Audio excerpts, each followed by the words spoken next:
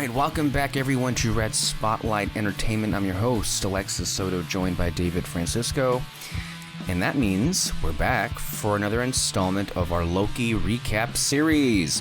Last time we discussed the first episode, Glorious Purpose. It was such a good name that we stole it actually and named our episode that, so there was that. And today we're talking about the second episode, and that is The Variant. Coming back here with Tom Hiddleston, Owen Wilson, and a bunch of other people.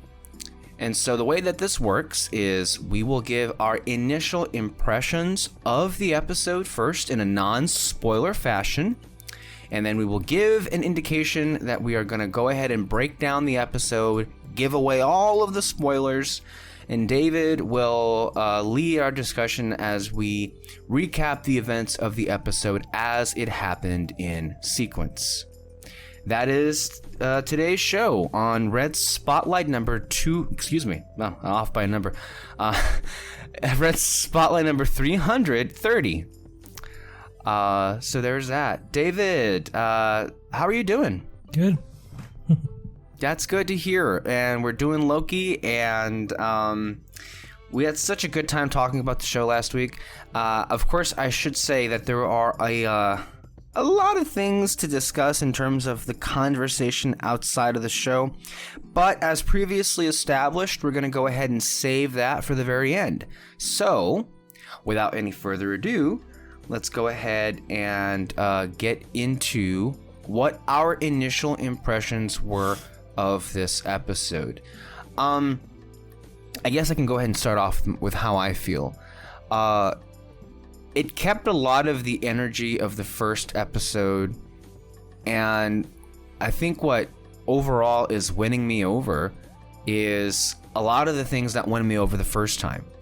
And with Owen Wilson in particular, I'm really not just enjoying him as in like a performance aspect, but I'm really liking this character and what he's kind of about, you know, and the dynamic that he kind of has with Loki. First of all, Hiddleston and Wilson are great, bouncing off each other, but those two just have a certain charisma when they're on screen. And then the writing, you really do notice it as well. Michael Waldron here, and in the dialogue too. It's hilarious, honestly. There were many moments. It's not just in the writing, but it's also in Hiddleston's delivery of it, where one of them actually came from the trailer that I remember when we saw it in this episode, where Mobius is saying, "Loki, you've stabbed everyone in the back 50 times." And then we cut to Loki with this like caught look on his face, and he's like, "I'd never do it again." And that's exactly the kind of hilarious moments that happen in the episode that I'm kind of really vibing with the show. And like, man, it is just so much fun. We're dealing with time travel in a way. We're dealing with alternate realities. And as we know from, various other shows, David, you and I have, we share a love for Doctor Who. We really love that last season of S.H.I.E.L.D. It's like, this is kind of our bread and butter in a way. You have an excuse to really open the doors and do a lot of interesting shit with it. And I personally find it just enjoyable. And it's also very good from a performance standpoint, from, oh my goodness, the visual effects, the production design of the TVA. We get to see more of it. The writing, clearly, and the music. My goodness, is that music just terrific. Honestly, I think I saw Alicia Grasso, who we often quote here, critic for Screen Rant, where she said that Loki's score has to be among the very best that have come out of anything MCU. It's so good. We do move the plot along. Obviously, we are introduced to some major developments, shall we say, for what will assuredly be a potential main antagonist of this season. But then, really at the core of all this, you are not really ever sure about where you feel about or how you feel about Loki, right? Like, they do enough here to make you like, oh, okay, you're on a path where like you can be a good guy. And then some things happen where, Loki, come on, come on, stop. Don't be like that. But, you know, Hiddleston plays it to a T. By the way, I didn't even realize this. I guess it was obvious in Mobius's case that he is, or Owen Wilson is wearing a wig, but Tom Hiddleston also is wearing a wig. I mean, he kind of had to because he doesn't have that long hair anymore. That's a really good wig. Because you don't think about it whatsoever. I didn't even notice it until you pointed it out. I still probably wouldn't notice it, but like, it's cool. No, yeah. That's how you do a wig. Not like some other show. There's some other shows that, wow. If you've seen some really pitiful examples, I don't know if the Starfire from the Titan show was one of the ones that was criticized years ago. There was also Medusa from Inhumans. And I don't know if it was egregious, but it wasn't all that good or memorable. I'm not even sure if we ever personally discussed this. Do you remember the villain Izel from season 6 of S.H.I.E.L.D.? Like, I don't know, it was good enough, but you could obviously, it was obviously a wig. Do you remember any of these images? No, Izel. No? Okay. Well, there's Google in front of you, David, if you want to help yourself to it. I'm kidding. But those are just some examples of it. Overall, I thought it was a very good episode. A lot of setup, but a lot of fun, too. A lot of it's mostly dialogue. A lot of it's back and forth. And there's some really fascinating discussions happening between Loki and Mobius when they're trying to figure out, when they're trying to figure each other out, basically. Mm-hmm. Overall, strong episode. I laughed a lot. And I can't wait for next week. Those are my initial impressions. David? Yeah, no, I agree. What I really liked about this one, though, it's definitely answering a lot more questions about how the TVA worked with like certain gadgets and just basically how, I guess, the secret timeline works a bit. And it does get me excited a bit that we'll hopefully like get more and more information as the episodes go on and everything. And I don't know. It's like it does seem like hopefully like they're really building up to some stuff, not just of like the plot, but just some certain fights, certain reveals, and everything. So that kind of gets me excited. And I mean everything else is just the same. Loki, Tom Hiddleston as Loki is still great. Owen Wilson still great, and I liked we got more of their partnership. I mean, before in the first episode, it was literally just a therapy session. They had a good dynamic, but I liked seeing them work together in this episode now. And I mean, I hope there's more of that. What else? My only thing is that as much as I like the, I guess, 60s aesthetic of the TVA world, in this one though, I kind of wish it did make me think that I wish that they made like a more futuristic look to the TVA. I mean, I know they have like a bunch of technology and everything.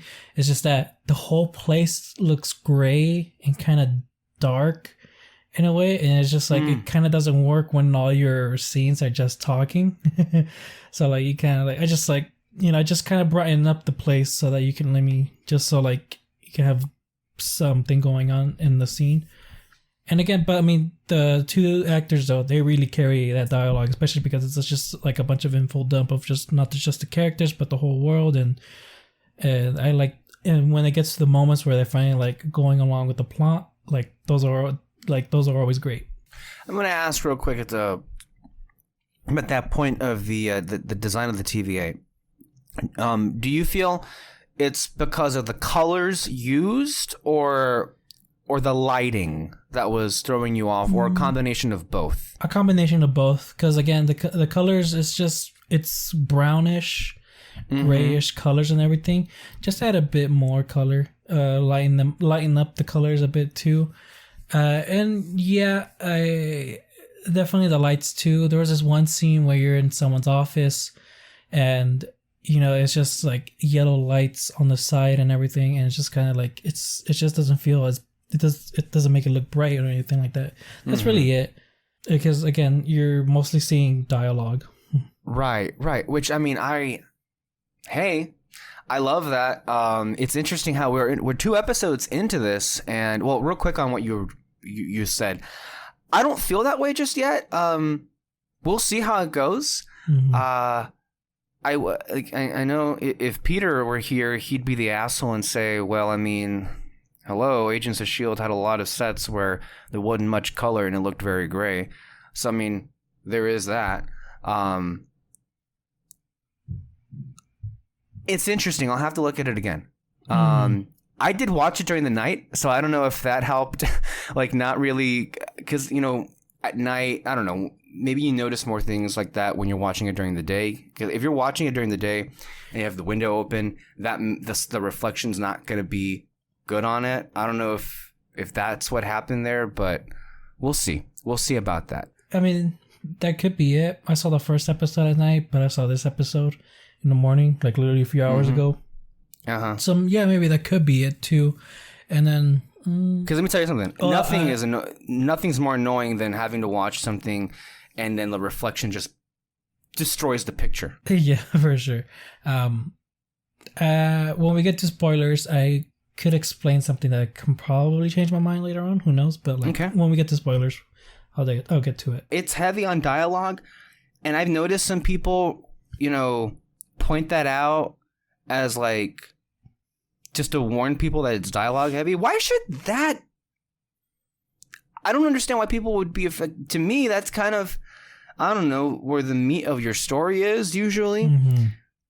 And I don't know if we expected it. I mean, I certainly don't expect Loki to be an action-heavy show like Falcon and Winter Soldier. Clearly, we're 2 episodes in, and what's the most action we've seen? Like Loki throw a chair at somebody in this last episode. So there's definitely nothing wrong with having like a dialogue-heavy episode of something, or like there's lots of movies that are like just all dialogue heavy. Like we said, one of our favorites movie from last year, no, 2 years ago, 2019 is it still feels like Popes. Last year. Yeah.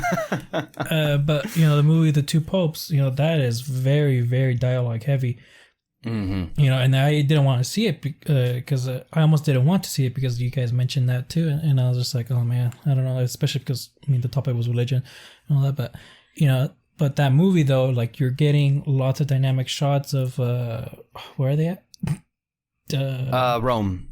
In Rome and everything, but also you got a lot of background noise going on. There's this amazing scene in that movie where it's getting intense more and more, and then one of them says something that kind of like throws the other character back a bit, and you hear this bug buzzing and everything, and usually, and if it was music, it will make it a tense music, but instead they use the bug to build up the intensity of like that conversation. It's called sound design there. Sound design, yeah.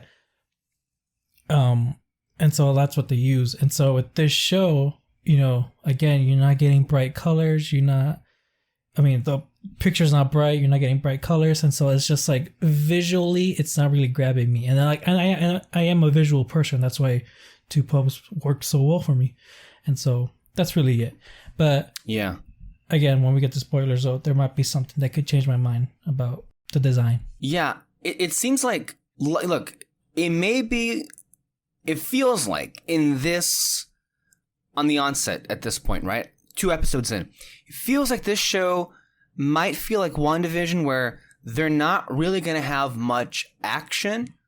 But of course, the last episode, if you notice the pattern of how these things go, the last episode is going to be basically a whole action set piece. Because that's kind of what WandaVision was, and that's also kind of what Falcon and Winter Soldier was. So I think, which honestly, I'm glad, because a lot of people continuously bring up, and even, again, they use this criticism during the shows, the last 2 shows, WandaVision and Falcon and Winter Soldier. A lot of particular people, like to dismiss Marvel as like, well, they're interesting, and then the action comes in, and I lose interest because apparently there are people that just can't stand or get tired of watching comic book characters punch each other in the face. And sure, I get that to a point.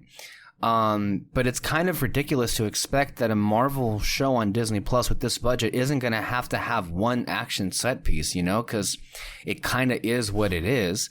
But I also would say the set pieces, for the most part, that we've seen in the shows have not really gotten in the way with what, the narrative or the quality of the show. But that's my perspective, obviously. People have the right to feel however they want to.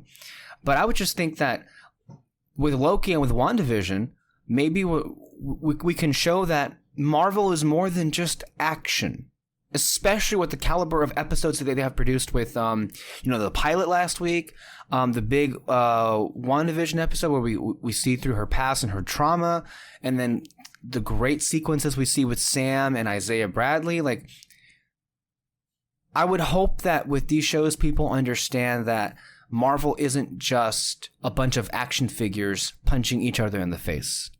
Because people have thrown that criticism around for years now, and I just feel it completely is not a fair critique of it, obviously.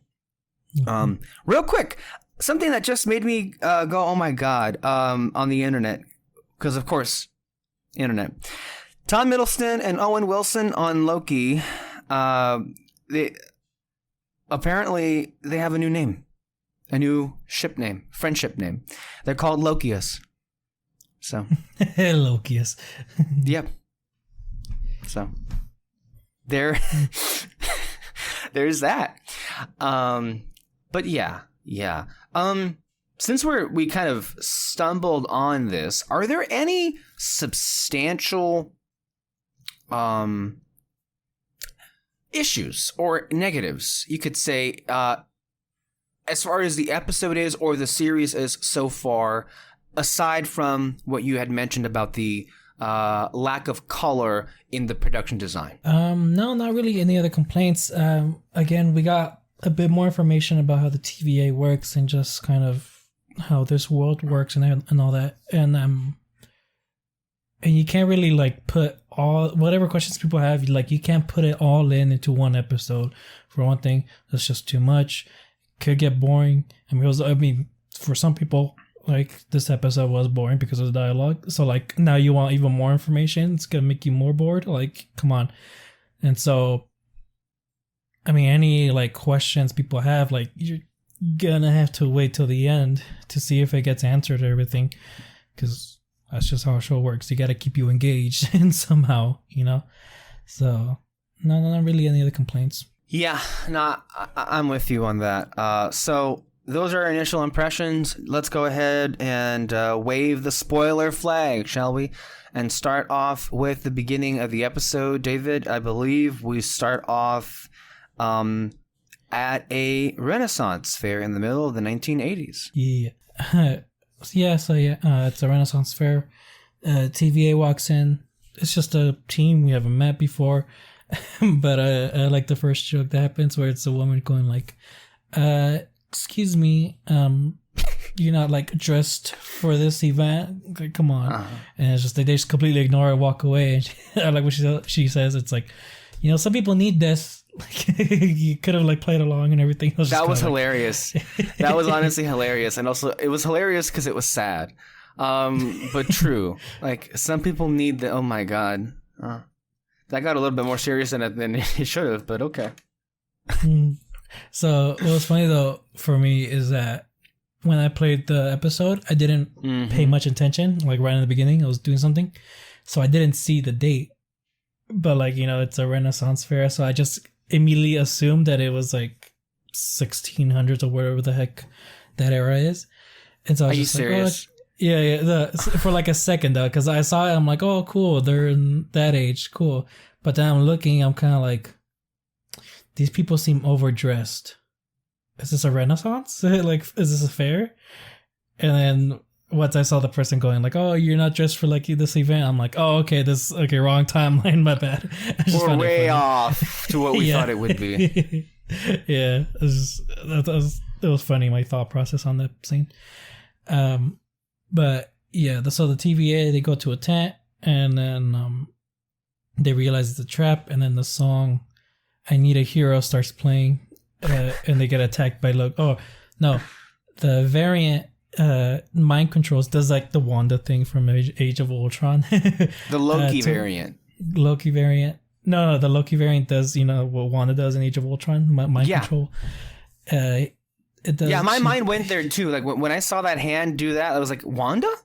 Yeah. For a minute, Yeah. So the variant does that and then basically kills all the team members, but the variant takes one.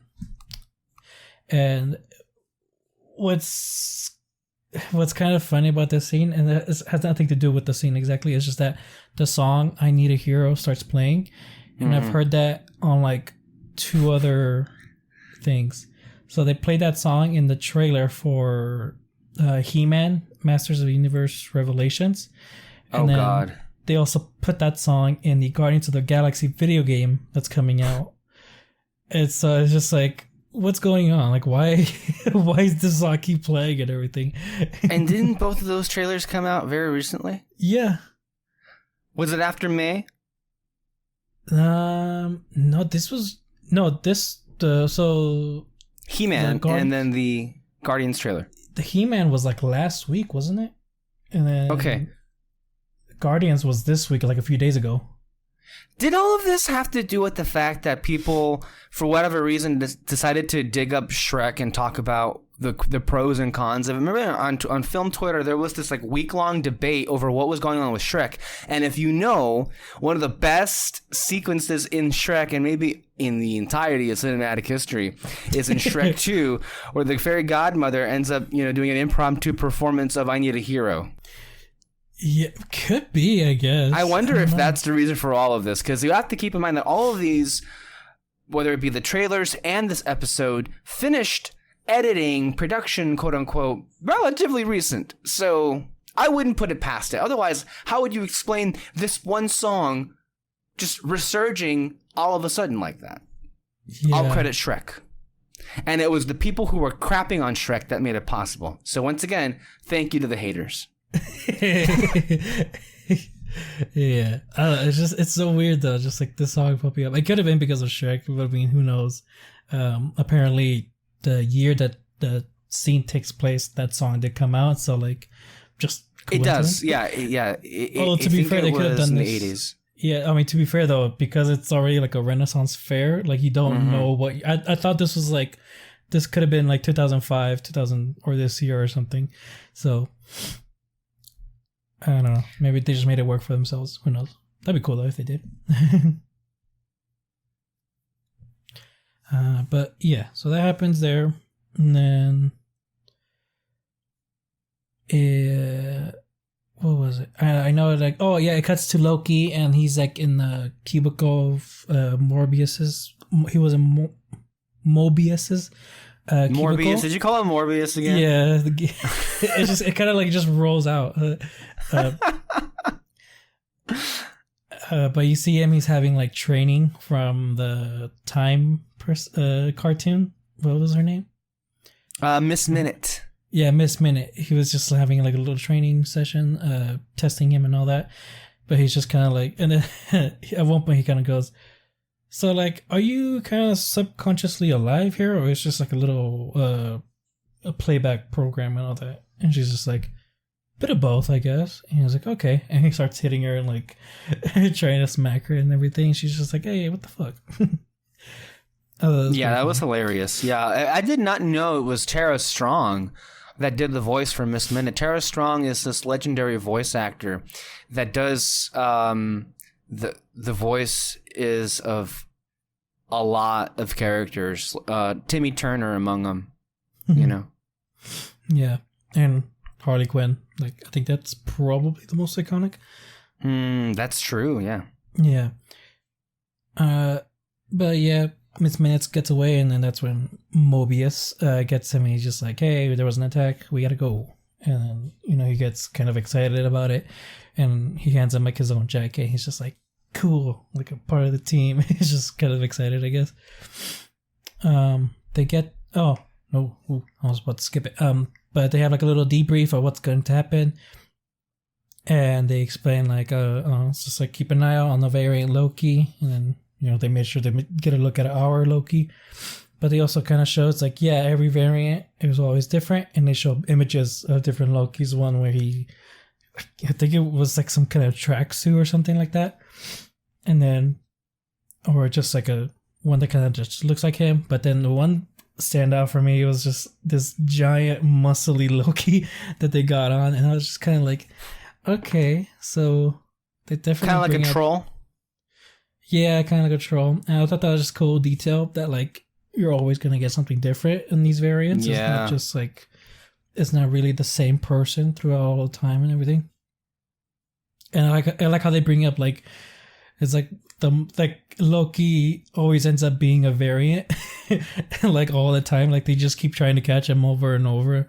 And so I thought that was pretty funny. And then I think that was he has a brief explanation of what was it, illusion duplicate versus what was the other one? Oh man, I forgot. Okay, so what happened in this sequence is they arrive on the scene. No, excuse me, they don't arrive on the scene. They're still in the debriefing, and Mobius goes over Loki's skill set. And I think he says that one of the things that Loki can do is duplicate himself, and then Loki kind of like, no. Here's the breakdown of what I can do. It's more of an illusion process. It's not so much duplication, and he gets into like, let me tell you something. The way he explained this was kind of, how when one of our favorite characters is Agent Leo Fitz, right, from S.H.I.E.L.D. Every now and then he would be the character that would have to he would say some things and you really wouldn't understand a word of what he said. And so he had to be like, they asked him to say it in English. I think Tom Hiddleston may have given him a run for his money. Because, man, this was a really, like, impassioned and detailed explanation for his particular abilities. It was hilarious. Yeah, I don't know. It's just the way he explained it. Like, it was still a bit confusing for me, but like, I think I got what he was trying to say. I stopped listening. I didn't care. I was just like, this is hilarious. But yeah, I like the way he explained it though. It's just like he seemed like kind of passionate about it. Like, no. This is what it is. Like, relax. But yeah, so they get to the scene, and they're looking around and everything. Hopefully they see clues and all that, but it's just the same thing. The variant took reset bomb, and they notice that the variant took someone. And then you start seeing Loki. You think you're seeing Loki like processing the crime scene and everything, and actually putting in some input and everything.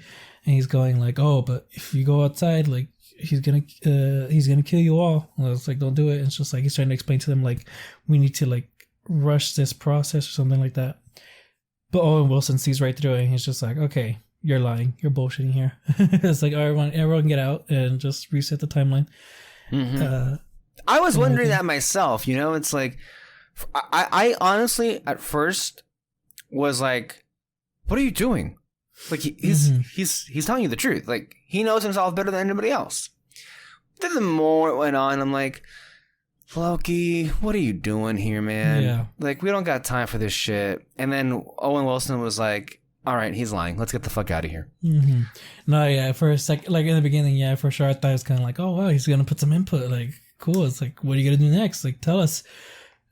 But then, like, I don't know. At one point, I thought he was bullshitting. Like, yeah, I can't remember what part, but I just know at one part, like, you just kind of, I think we both realized, okay, he's going on and on.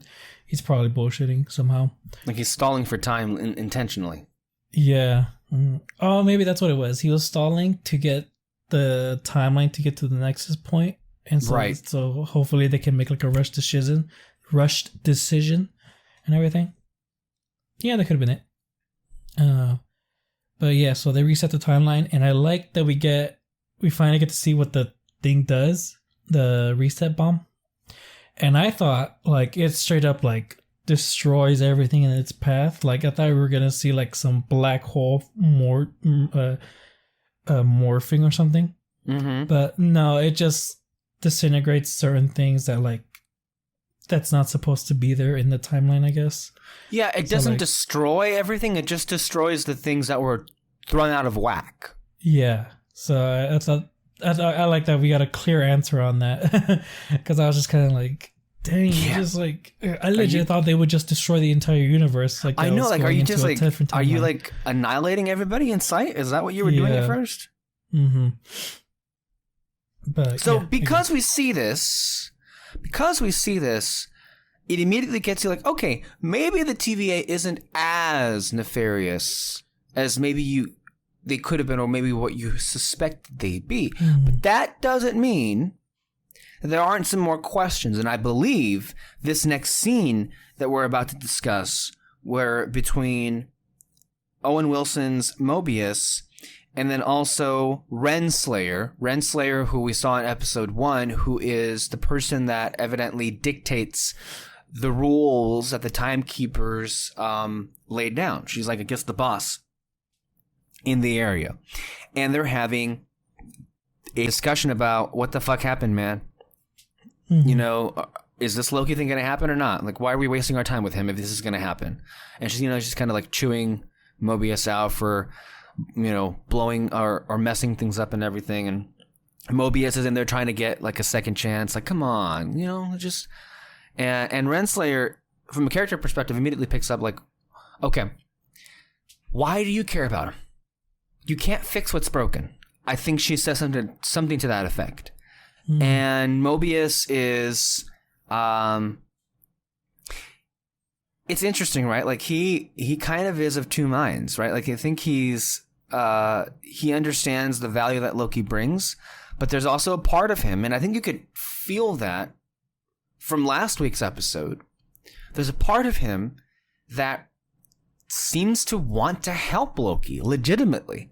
I think it was the end of last episode. He doesn't say, I can't offer you salvation, but I can offer you something better. So there seems to be, a personal investment on Mobius' part, in addition to, of course, Loki being a valuable asset. To want him to, I think, be like a time agent or a time analyst, as Mobius is. What I found really interesting in that sequence, though, was when Mobius asks Renslayer, what's new with the timekeepers? Because now that brings in additional information that we weren't aware of beforehand. Because if you were watching the first episode, you might be forgiven for thinking that Mobius, as well as most of these time agents, were well aware of who these timekeepers are. And that's not the case. From my impression, it seems as if Mobius has never met, much less seen, these timekeepers in person. And so this and Renslayer, and I don't know if you picked this up from her delivery, but she seemed a bit evasive, a little bit evasive, not suspicious, but a bit evasive in how she answered the question about what is new with the timekeepers, and then she responds as like they're very involved with what's going on right now, whatever that means. But it kind of, and you tell me if you feel this way too. It kind of introduces this big question mark now. There may have been one in the first episode, but in this case, it brings up a big question mark about whether or not these timekeepers exist. Because it seems as if this entire society that is the Time Variance Authority, most of them operate under the assumption that, of course, these things are real. It seems that way. That's the impression I am getting. And that the only one that can actually speak to having seen, quote-unquote, them, would be Renslayer here. And yet, they're nowhere to be found. They're nowhere to be seen. All the while, and we'll get to this later on in the episode, Loki is like thinking, what's happening? Because he evidently has this scheme that he feels no one suspects. Of course they do. that he's trying to get an audience with the timekeepers. And then it gets into a position in the episode where maybe he himself is in question of where their existence actually is. So without getting too far ahead of ourselves, to focus it on this scene, I think this is intended to make us question about these entities. So that's the sequence. David, what do you think? I mean, questioning the entities, I actually I just automatically believe that they are real. Like I didn't really question that. So you are Mobius after all. Yeah, I guess so. The thing that was standing out to me is that whole. It's like, oh, was this from your other agent, secret agent or whatever? You remember? Yeah. He kept pointing out like, oh, this is like these rings are new, or was like this pen is new. Like, was it from your other agent? And I was just kind of like, okay, I feel like they're really hitting hard on that. Like, who is the other agent now? Is it Mephisto? Is it You're joking. Is it Mephisto? No, it's Pietro from the X-Men universe. That's what it is. Yeah.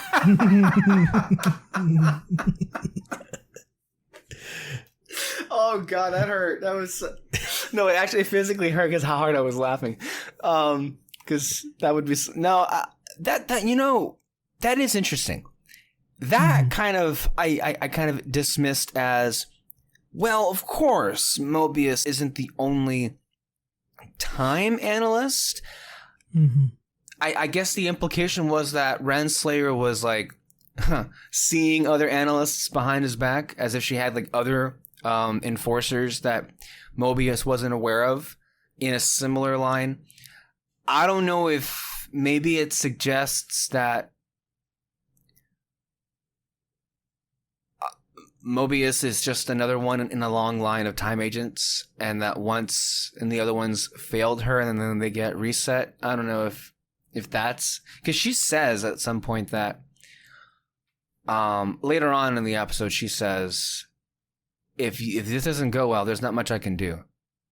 And I don't know what that means, because what do you mean there's not much you can do? You're kind of the person in charge here. No one really questions what you do. So yeah, what did you think that meant about the whole like other person that she sees? I don't know. It's just like, I mean, it's weird that like you're hiding another agent. It's like, you're all working in the same place. There's really not much else for you to do. Like, why you gotta keep secrets like that? I think that's weird. The other one is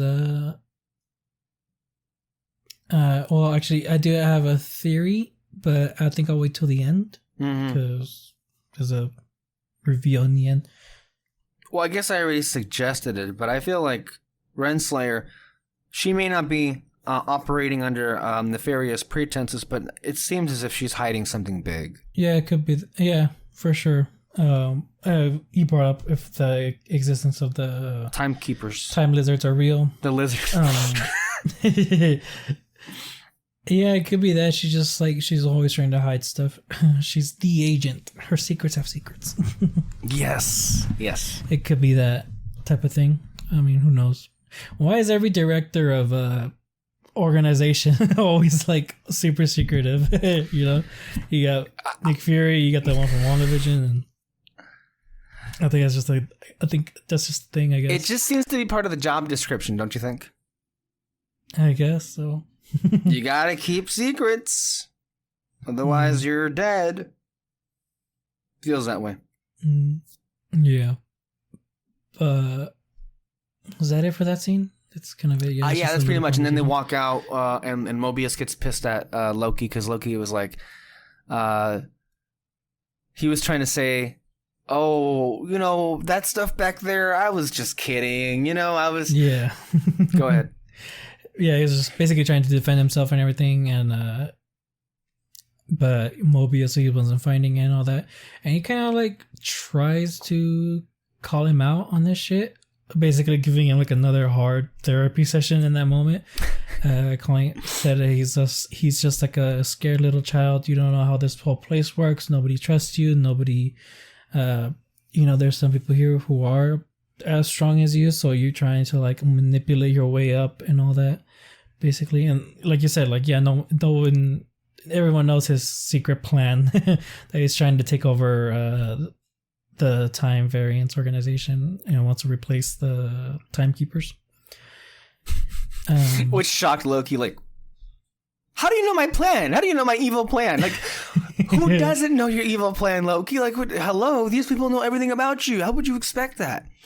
I love that line where it's like, it's adorable that you think you can manipulate me. Well, I don't know about that, Loki. It's adorable you think you can manipulate them. I think it's the other way around. But in that exchange, Mobius just kind of like, yeah, he calls him a scared little kid, a scared little boy. And then I think, I'll give you two answers of why I'm helping you. You can believe that, I don't know, I feel sorry for you and I want to help you, or believe the fact that I think you're our best shot at capturing the Loki variant. Whatever it is, you decide. And so that's, I think, the first instance where Mobius shows him a little bit of tough love. Like, hey, what, come on. I'm the only person here that is literally giving you the chance to live. Because if I let them reset you, you basically die and then somebody else takes your place. Like, you won't be you anymore. That's how it works with the TVA. So, yeah, Loki really messed things up there. And so, after this, we go where? The library? Yeah, he takes him to a library. I liked that library. Okay. It was big. It was nice. Yeah, libraries are cool. Yeah. But he tells him to get to work, basically, and makes him read all the files of all the times that they almost caught the variant, or where the variant has been and everything. And he makes Loki try to find a pattern, see what would you do next, or what do you think what do you think you're going to be doing in this certain situations or something, I guess. But Loki gets bored as hell. And it just kind of like goes off somewhere. Wants to try to find information about the time variance, basically. So he goes to, like, I guess the library worker in the front desk, I guess, in that section. And he asks them, like, I want to know everything about the timekeepers. It's like the beginning of the timekeepers, I guess. No, I'm sorry. Okay.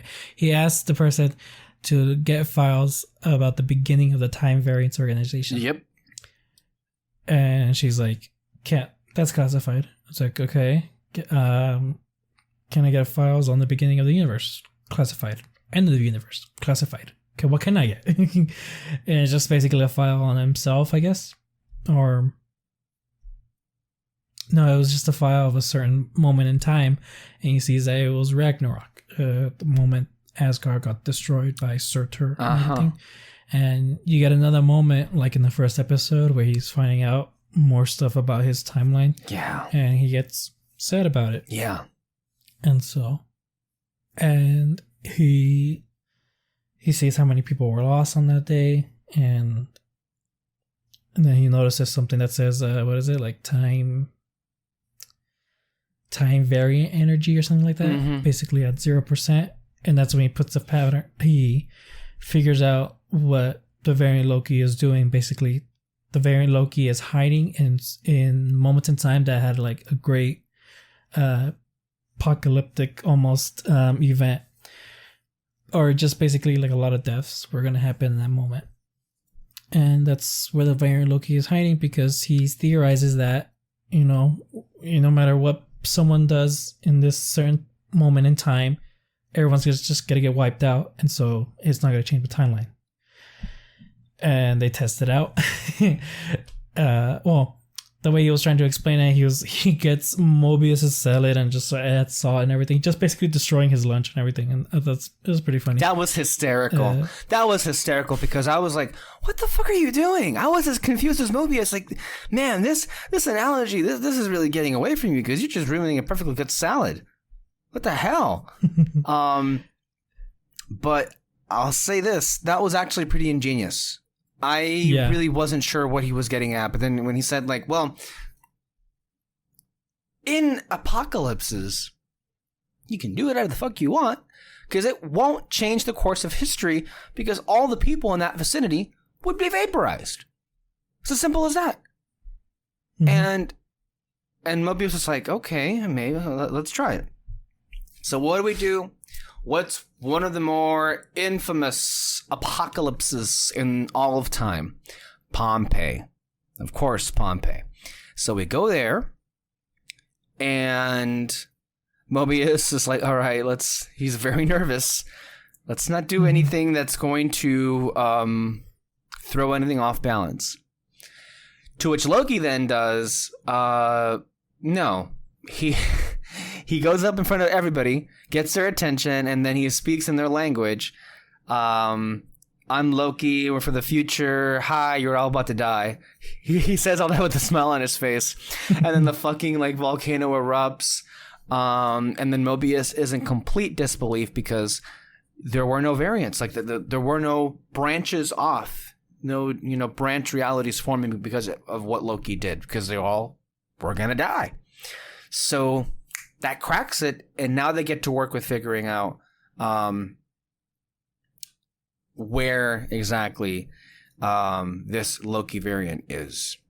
And I have to say, it is interesting a lot when they're back at the TVA and they're trying to think of what apocalypses the Loki variant could be hiding in.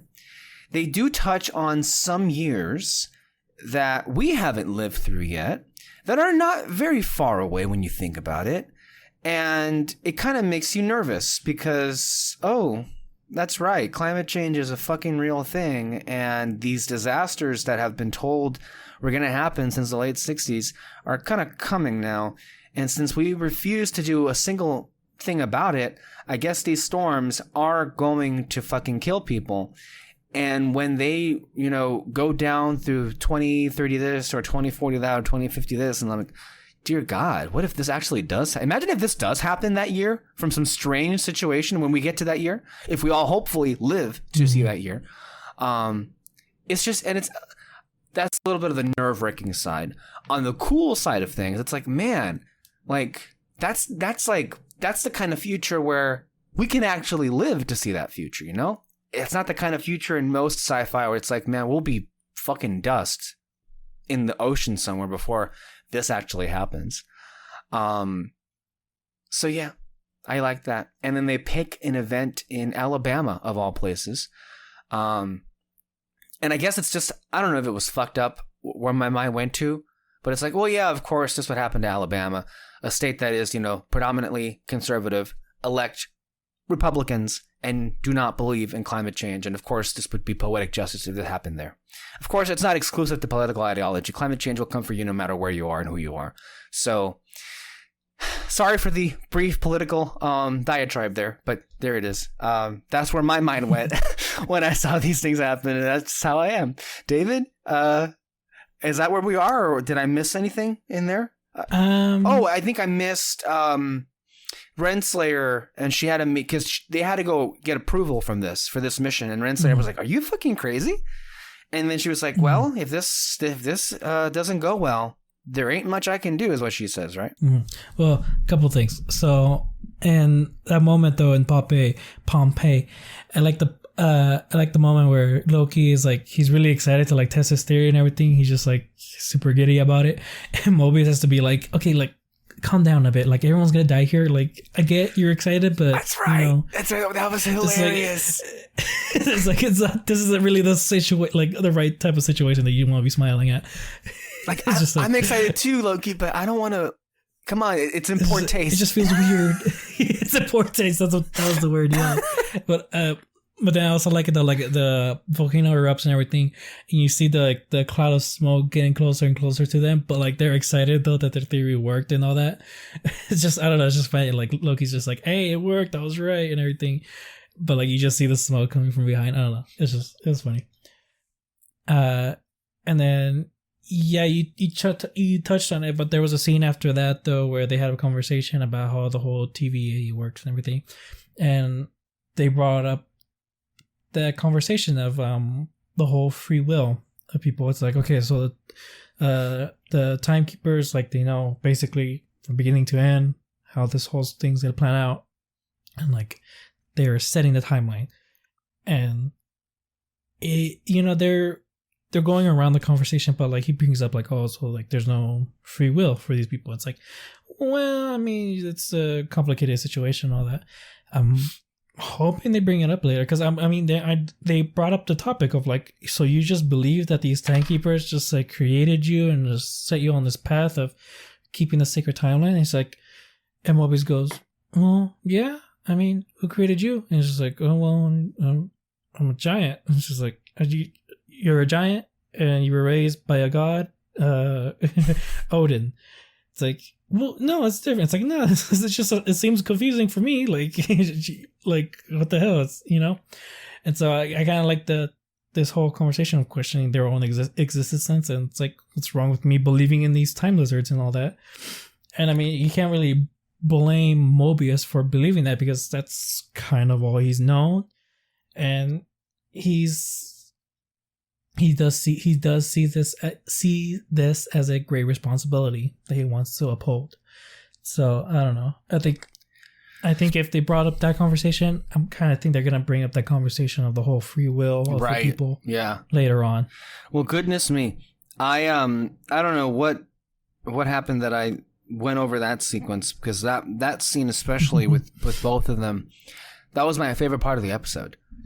They really got philosophical there, and like I really, honestly, it was a really spirited, intellectual even conversation about the whole situation. With Mobius saying like, "Look, I believe what I believe, because really nothing matters, nothing really matters, but I choose to think this matters, and that's my life." And it's the way it is. Mm-hmm. And none of us really knows where we come from. And they all sound ridiculous. But we tell ourselves this to get through life. Mm-hmm. Well, I like what he says. It's like, the more you question your own existence, the more confusing it is. Yes. And so like, it's just best to kind of leave it alone. And isn't that relatable? Yeah. Very much so. No, that was a brilliant exchange. That was a sequence where I'm like, wow, Waldron is not just a great writer in terms of like, story or narrative, but he's just also a great writer when it comes to dialogue, because I was really glued into it. By the way, I don't know if it's been mentioned, but, and it may be that I was wholly unaware that this was the case, but were you aware that Michael Waldron has co-wrote the script for Doctor Strange and the Multiverse of Madness? I was not aware of that until like about a week ago. He co-wrote the script from scratch. He was brought in to help when Sam Raimi came on, because the movie had a whole derailing thing where Scott Derrickson left because of creative differences, and then the movie he worked on was completely scrapped, and they had to start from scratch at the last minute. So Mike Waldron was brought in to help Sam Raimi write the script. That's very interesting. Yeah, I'm curious what's going to happen. Like, I'm curious what happened. Hey, I want to know what the original script was, actually. Yeah. Like, holy shit. Because like we all know that Derrickson really wanted to take Strange into more of a horror direction, and Feige was not about that whatsoever. Clearly. Which, honestly, wasted potential. I know. Yeah. At the very least, could you have like, maybe I would have said, look, Scott, I know, and he's gone on the record with how like, look, I made my peace with it. It wasn't the movie that I wanted it to be. It wasn't going to be mine. So you know what? Okay, I don't need this. I'll go on and make my own thing that I can do. I would have gone to him like, you know what? This Disney Plus thing is really hitting big. Why don't we do 6 episodes on Disney Plus, and you can do the story you wanted there with Benedict Cumberbatch. I mean, we can't give you the same budget, close to it, maybe. But why don't we do that instead? Because who doesn't love Doctor Strange? I don't know. I take the offer. I take it. Yeah. So then, so they had that conversation, and then he brought up Mobius is trying to convince the director to go on this mission. And I like this one part though. It's like, oh, but like, come on, it's just Loki figured out a flaw in our system and all that. And it's like, and she goes, yeah, that's what scares me. It's like he figured it out. So like, what if he uses that to his advantage now? And like, what else can he find in our system? I guess, basically. But he convinces her and everything, and they're on the go, and they go to Alabama and that place and all that.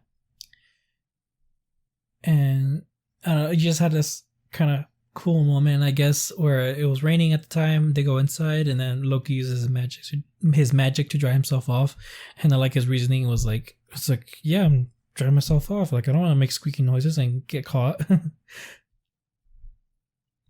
But yeah, so then it's just like now it's just a race to try to find the variant and all that. And Loki finds the variant. And what happened though is that they see a guy, and they're like, "Who are you?" It's like, "What are you doing here?" And he makes like some dumb excuse. It was really dumb, but I think it was obvious that, like, looking at it now, it was probably variant Loki using some type of dumb excuse so that they can get closer to them. And variant Loki started mind controlling, or not? What did he say? It was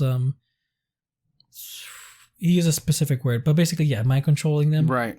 Mind control that one lady in the TVA that like knocked out Loki in the first episode, and basically, like I don't know what she called or what it was called, but the variant Loki is basically like jumping into people's bodies.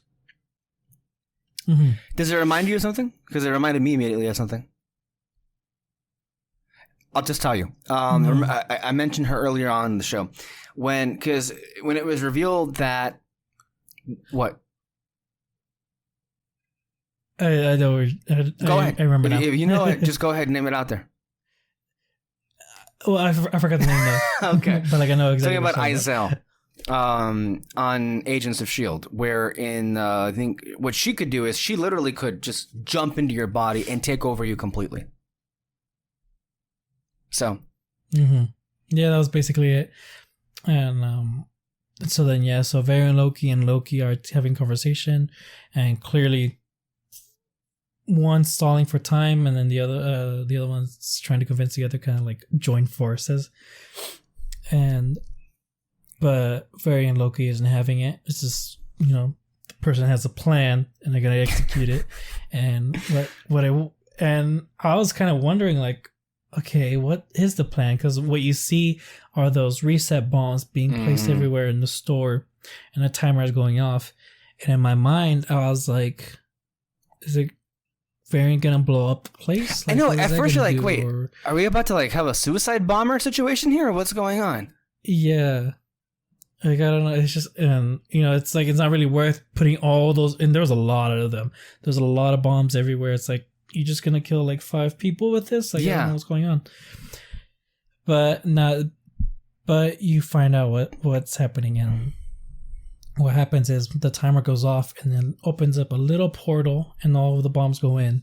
And I thought, oh my gosh, like the variant's gonna blow up the TVA. Right, like, the whole thing's just gonna disappear.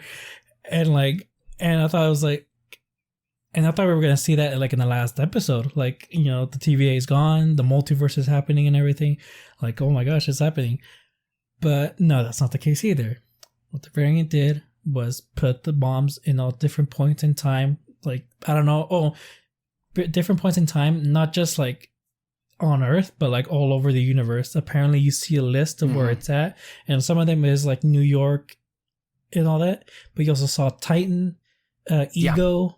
And I don't know where else, but I have some Xandar, Asgard. I think you might have mentioned Asgard. Hala, which was the capital city of Kree, the Kree homeworld that we saw in Captain Marvel. Okay, wow. Yeah. But yeah, so basically, how easy? Also, by the way, I'm sorry. How easy could it have been to just put Chronica 2 on there too? How easy could it? I'm sorry. I know. I'm just saying. It's okay. It was there. It was there again. It was right there. But okay. I mean, that's how easy it could have been. In an alternate reality. Yeah. So basically, and then the variant caused the multiverse. Basically, you can see it going up. Then at the end of the episode, they're not at the nexus point, but like, I mean, it's gonna happen. There's way too many for I think the TVA to handle, and I mean, who knows? But yeah, and then at one point, Loki's just like, the plan's getting executed, and Loki goes, "It's like, what do you want me?" It's like, what are you planning and everything?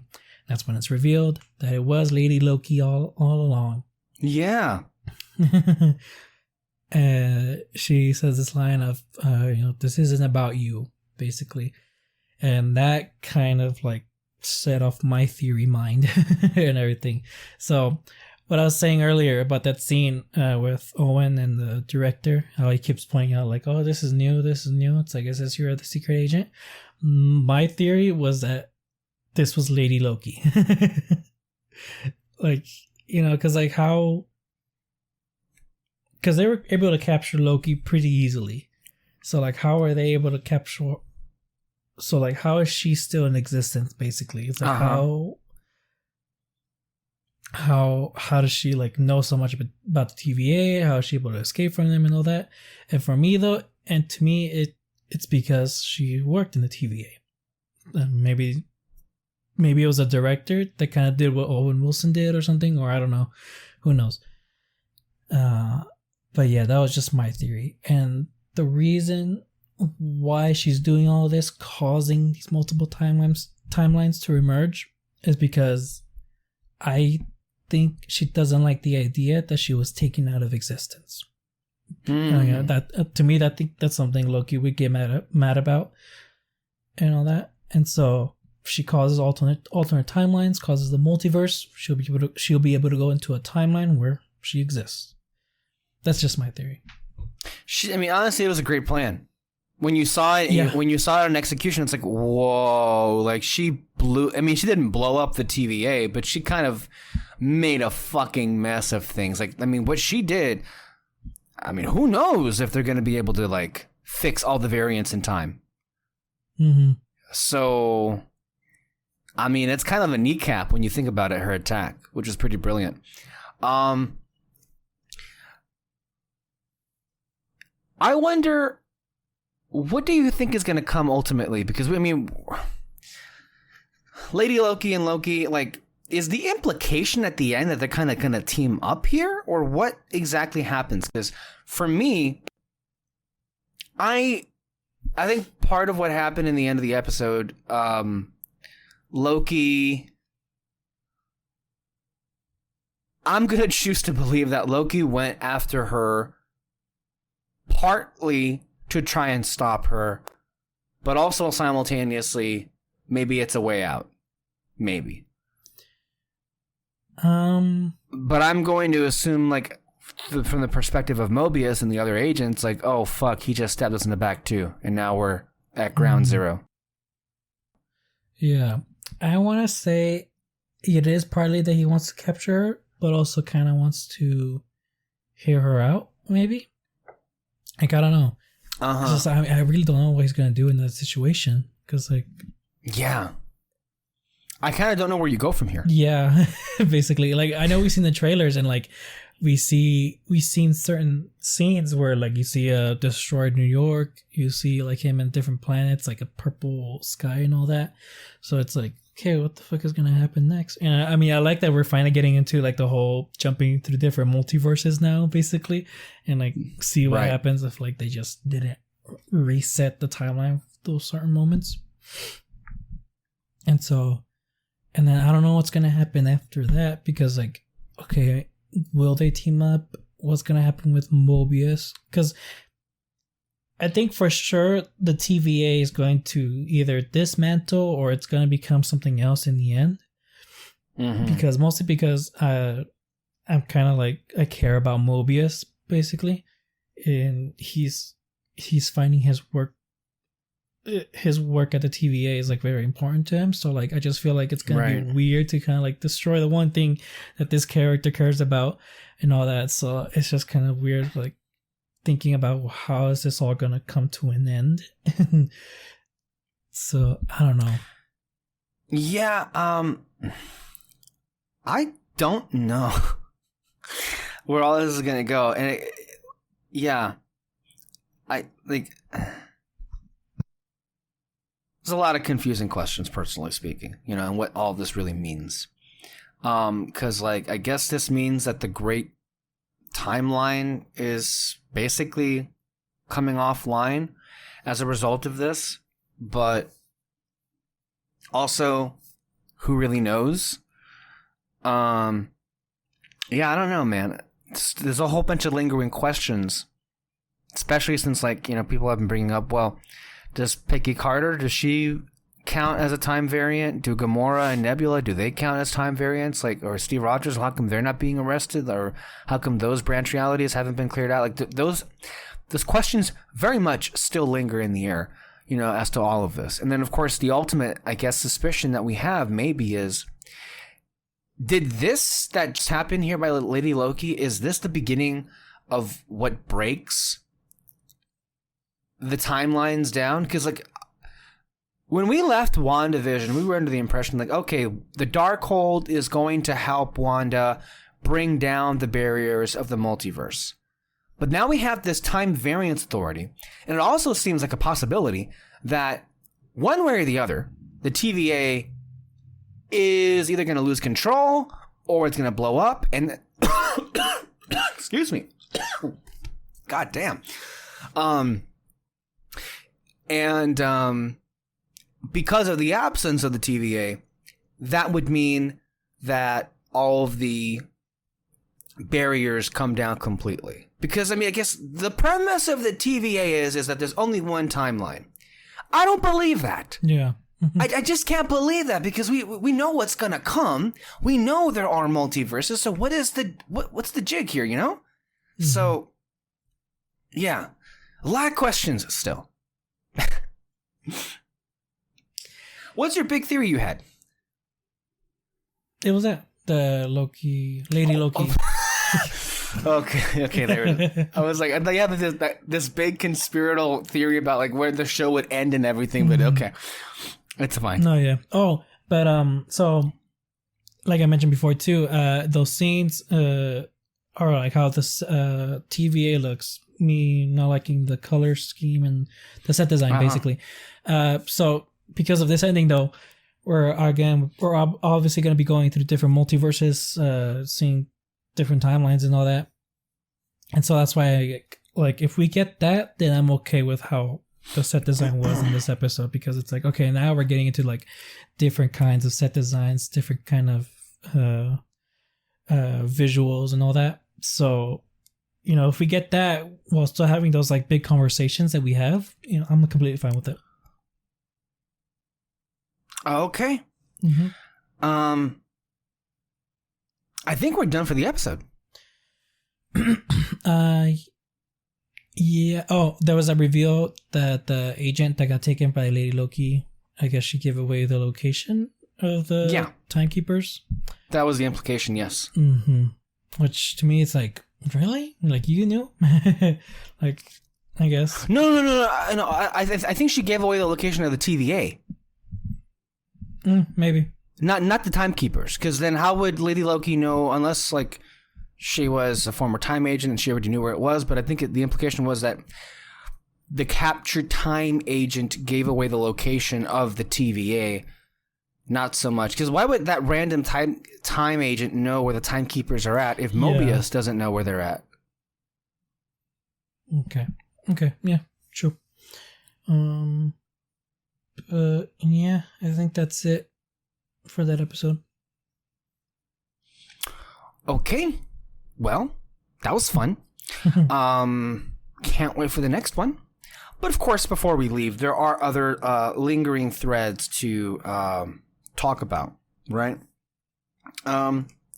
So And in this part of the podcast, we examine the discussion had outside of the show itself and how it's doing and what's written about the show, right? So, Digital Spy, Loki writer addresses Steve Rogers and the potential and involvement with the TVA. So this is a question everyone's having. And this is what Michael Waldron says.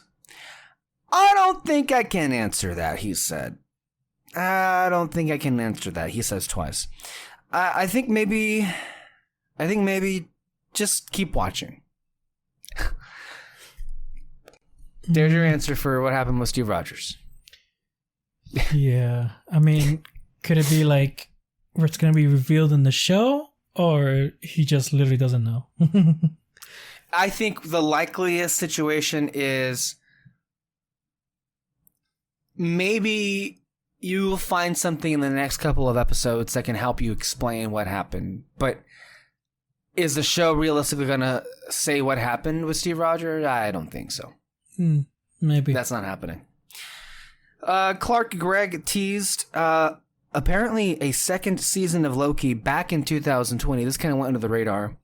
And then I looked at a history of this, and it turns out that season 2 was reportedly in development back in January. And then even a producer for Marvel teased that season 2 of Loki is very likely back in April.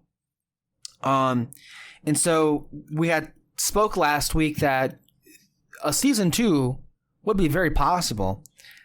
And I think this is a pretty good indication it's all but confirmed that season 2 is happening. Yeah. I mean, it's not official, but I think it's on the way. I think they've already internally decided this is going to have a season 2. Yeah. And I mean, depending on how this season ends, I'll be okay with that.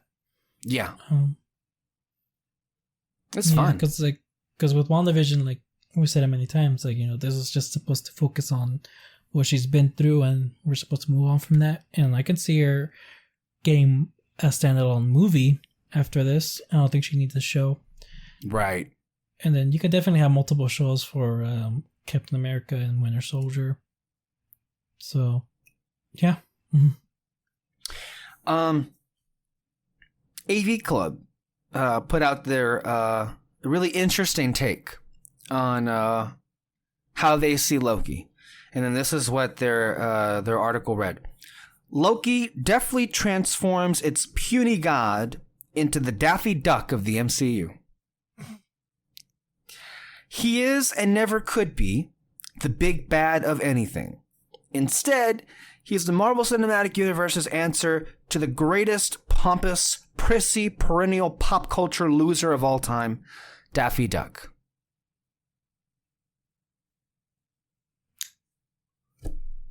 Interesting. I kind of see it.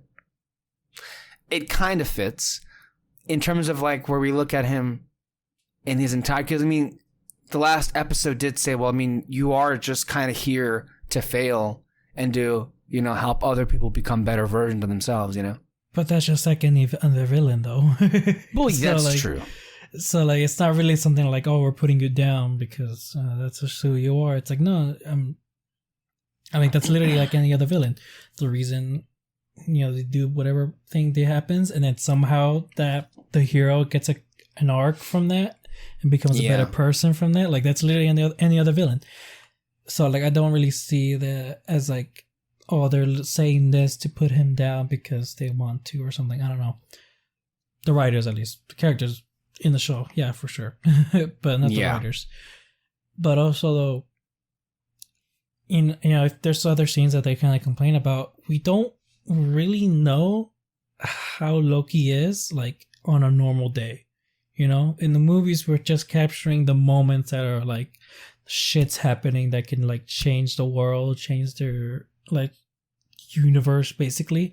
And so they're kind of, like, on this tunnel vision mindset of completing whatever goal they have, But, like, this is I feel like you can probably get an idea in Thor Ragnarok because, fucking Taika, he puts in like a lot of fucking jokes that, just kind of makes you view Loki and Thor in a different way. So I don't know. It's just what you're seeing in this show it's just a regular day for Loki. It's not the moment where he's gonna take over the world. It's not the moment where he's plotting something that can help him out later on.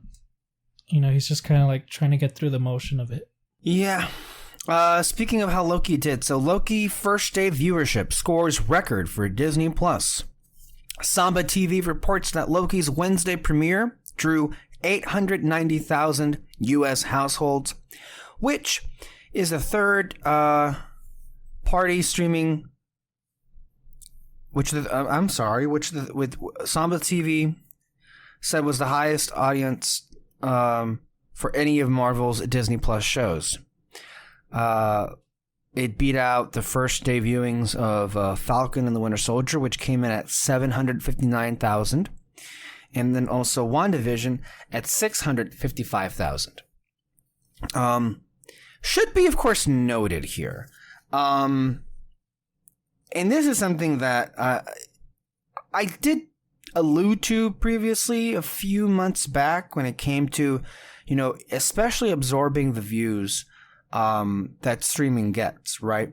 Of course, the value isn't so much in the number of views, it's in the subscriptions that the streaming service gets, so that's a little bit of difference than comparing it to like the number of views that, let's say, cable television or even broadcast television gets.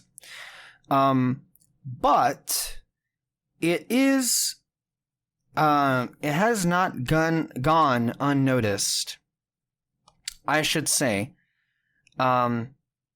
that if this was if these numbers were for a TV show on cable, they would have been canceled on day one. Because notice, we're talking about thousands of viewers. We're not talking about millions of viewers here. And then Scott Mendelson from Forbes said, I'm of the opinion that it's awfully close to, that's the wrong one. We're really trumpeting, yay, this Marvel thing got 900,000 households in a single day thing is as if that wouldn't be disastrous for any conventional TV show or movie.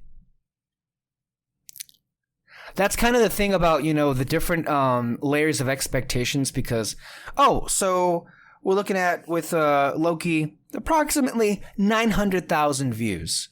On streaming, whoa. That's a new record. That's amazing. On the other hand, though, when we look at, let's say, S.H.I.E.L.D., for example, right? And the ratings that it usually would get, around 1.5 million viewers on a good day. How was that discussed? How was that metric discussed for years and years? Wow, PU, no one's watching this piece of shit. Has about one of the lowest rated shows on television. True. That was true. But you see how we're measuring in terms of views per se. I know the difference being streaming and network television. Different variables. But if we're just examining views, something that was attacked for years as no one watching it ends up, realistically, having had more viewers on average per episode than the entirety of the Disney Plus streaming shows. Now, of course, that is in terms of day one, right? That doesn't account for all the days after. This isn't to say that, more people watched Agents of S.H.I.E.L.D. than Loki in the end. No, of course not. I mean, this is just tracking day one. Because streaming, it's up there all the time, and views accumulate throughout time. Mm-hmm. So it's not at all an apples to apples comparison here. But I'm just saying, as far as the day one metrics are concerned, to be real here in terms of the number of views, well, there is that. A little bit of a double standard there. But I do understand, though, of course, why it's that way. We're talking about two different mechanisms in terms of streaming and then also on network television, two different terms of standards. That's just how it is. But what I find hilarious is, of course, that the show that no one saw end up having more on average viewers per episode on record than here. So there is that. if you have nothing to say on that, and before we close it off, there is the other thing that you and I, of course, are going to get to. Do you have any other thoughts before we get to that? Okay. So, let's see here. Michael Waldron was asked by Fandom about what he thought about Phil Coulson. And he was asked directly about if he ever considered using or referencing the fact that Phil Coulson was resurrected. Because it wasn't mentioned in the episode. And we both had questions about that. And Waldron said, no. Look, that is one other tendril of the multiverse. Perhaps. I think just seeing mention of Coulson again, the very fact that it raises those questions is exciting. So, what is this? It's the usual non-answer. Basically what this says is we had no discussion whatsoever about mentioning the fact that Coulson was resurrected on Agents of S.H.I.E.L.D. Whether or not that pertains to what we're doing, maybe. But we didn't really talk about it. We didn't have any kind of conversation about whether or not this is something we're going to reference to or acknowledge. But it could be out there. Perhaps. But ultimately, I'm just happy that people are asking questions off something that I wrote. That's pretty much what he said. Mm-hmm. Which really doesn't mean much of anything. Like, it doesn't confirm anything one way or the other, right? Yet again. Now, did that stop people from going online and writing about it? You know, last week we said that we were surprised, that we had seen nothing. And it turns out we spoke way too soon when it came to people questioning the canon status of S.H.I.E.L.D., right? And this is a topic that we've obviously discussed for weeks and weeks and weeks. Well, we're the only ones that actually do on the whole internet, so I think that we can make up for that lack of coverage everywhere else. And, you know, while last week I did give some kind of faint praise for, you know, the lack of for the restraint and not immediately going after it, it didn't last long. And then this is kind of hilariously enough, the headline that I saw in regard to this topic was the exact word for word headline that I predicted would be used. Murphy's Multiverse put out this headline saying how Loki decanonized Agents of S.H.I.E.L.D. from the current MCU timeline. Go back to last week's episode and listen to what I said in regards to this moment. This is exactly word for word the headline that I predicted, and guess what? It was the first one out of all of them, right? Inverse report, or their headline was, Loki implies Agents of S.H.I.E.L.D. is officially out of the MCU. They say Agents of S.H.I.E.L.D. just can't catch a break. Marvel has no interest in recognizing Agents of S.H.I.E.L.D. as a legitimate MCU property. In case that wasn't already clear, the first episode of Loki makes it explicitly so. Cinema Blend. Did Tom Hiddleston's Loki retcon Agents of S.H.I.E.L.D.? What was it? Cinema Blend also had another one. Loki head writer has confusing explanation for Agents of S.H.I.E.L.D. reference. Planet Smart's Loki series raises new questions about whether Agents of S.H.I.E.L.D. is canon in the MCU. Comic book resources. Loki's approach to Coulson's death leaves Agents of S.H.I.E.L.D. in MCU canon limbo. Digital Spy. Loki's Agents of S.H.I.E.L.D. reference suggests Marvel has been trolling us all along.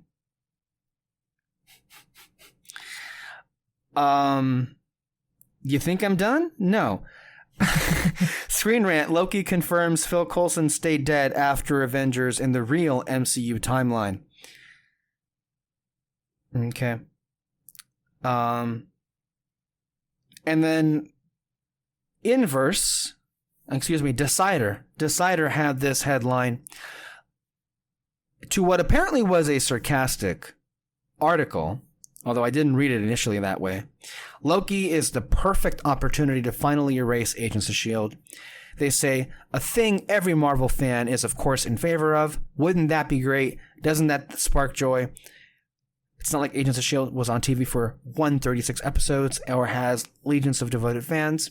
So clearly a little bit sarcastic there. Screen Rant had a different headline, which was, "It's time to accept Agents of S.H.I.E.L.D. isn't MCU canon." And then they went into a whole thing about that. But before we even get into the particulars, David, I'm just dying to know. What's your reaction? What do you think about all this? I mean, like I said this before, unless Kevin Feige himself says that the Agents of S.H.I.E.L.D. is not part of the universe anymore, all these articles don't matter. Doesn't matter what you see in the show. Doesn't matter what even the writer of the show thinks, because like Kevin Feige doesn't tell everyone like what happens in these universes. Again, the guy who wrote Falcon and the Winter Soldier, he didn't know what happened to Captain America. Like, he was never told or anything. So like, Kevin Feige is not going to tell the writer of Loki like what happened, or like if Agents of S.H.I.E.L.D. is part of the universe. But also though, in this episode, the multiverse is happening now. So like, even if Agents of S.H.I.E.L.D. becomes a different alternate timeline, like, to me that doesn't mean it's like decanonized or anything. It means it's canon for me. It's just part of a different universe, and like that really doesn't matter. Yeah. Ditto, basically. Another thing, remember Matt Shakman, the writer of WandaVision, he was or was he the director? I'm not sure. Matt Shakman was asked a question weeks back about whether his version of the Darkhold was the same as S.H.I.E.L.D., and he basically gave an answer, was like, maybe? I don't know. That was kind of the answer he gave. It's like, again, they don't know anything pertaining to outside what the show is covering. So that's a good point you mentioned there. One thing you did say to me that was hilarious, though, off air, was you thought it was just really weird how many fucking articles get written about this, and it's not really about the show Loki. It's just about this again. And it kind of like and I knew this happens every time. Every time there's a new Marvel show, it just seems like there's like, okay, the staff behind these publications are like, well, it's time for another Marvel show. Let's milk this for what we can and get as many articles out there. We need to have at least 20 articles that say S.H.I.E.L.D. isn't canon and doesn't matter by extension. Yeah. Yeah, I mean, it's just weird though too, because like I still don't understand why it's so important to know if Agents of S.H.I.E.L.D. is canon or not. Like, it literally doesn't matter. I thought the narrative coming from them was the show doesn't matter. I thought the narrative coming from them was that nobody cares, nobody watched it. So why then are there this many articles generated about it? I don't know. Do people really care that much? Okay. But I did want to say something, because like one of these articles has like a misleading, I guess, direction or a headline, and I just wanted to read this one. It's the one from Screen Rant that said, it's time to accept it's not MCU canon, okay? I'm going to read the whole thing. It's not long at all. So here, it's time to accept that S.H.I.E.L.D. is not canon to the MCU. When Marvel Television launched in 2013, the show, S.H.I.E.L.D., it was positioned as the MCU's official tie-in. Unfortunately, it soon became clear that the connections would only ever work one way. The TV series would follow the lead of the films, but the movies would never reference it in turn.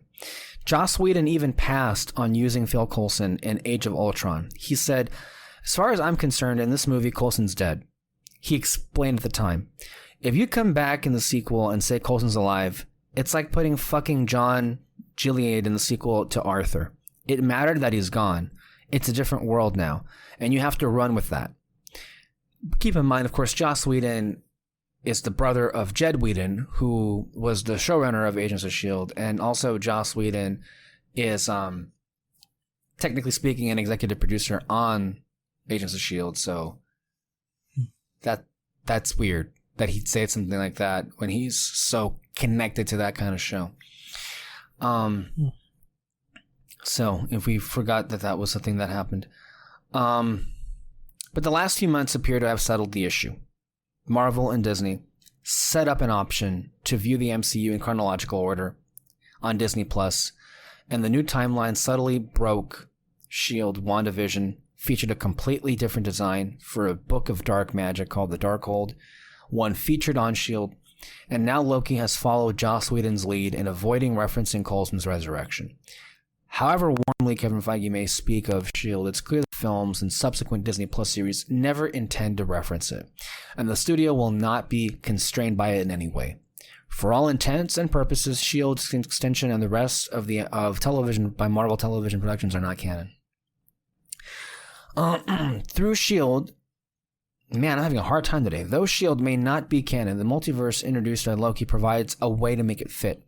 Viewers who want to enjoy the series because of its relationship to the MCU can simply presume it takes place in a branched timeline, one in which Coulson was resurrected and things worked out in a different way. But let's see here. This is the point ultimately. But even that isn't truly necessary. The debate over its canonicity has always been driven by a mistaken assumption. Here's the key part. That the series' status in relation to the rest of the MCU is what makes it all worth watching. It's easy to understand why that error has slipped in, because the connectivity was at the center of its marketing back when it launched.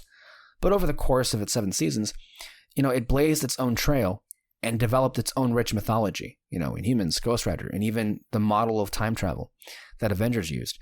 The more connectivity is not what makes...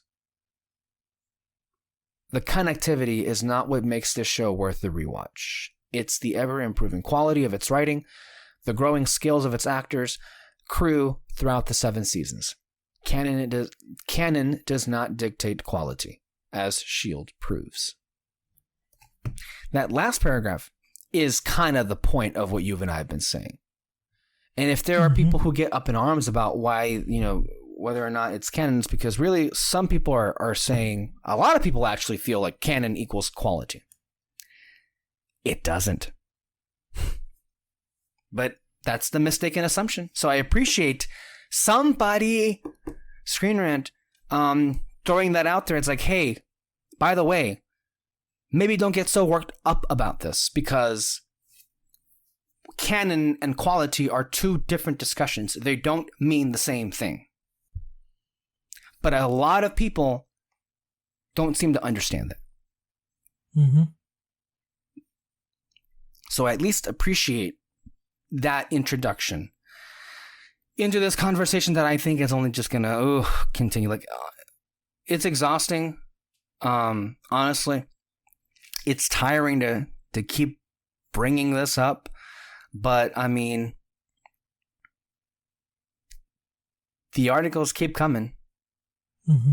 They just keep coming for whatever reason. It happened with WandaVision, it happened with Falcon, and it happened here. And all right, well.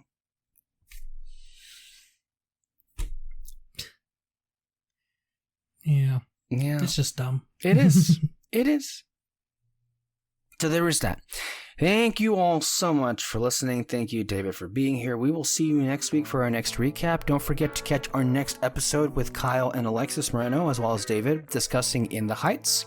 And then check out the Fantasy Fair podcast, where we all discuss the new Cruella film, as well as a more in-depth critique of Avengers Campus. And so there is that. Anywhere you listen to podcasts, Spotify, Apple, YouTube, Google, iHeartRadio, Stitcher. Every single Sunday, sometimes on Thursdays. Stay in the spotlight. We'll see you next time. Bye-bye.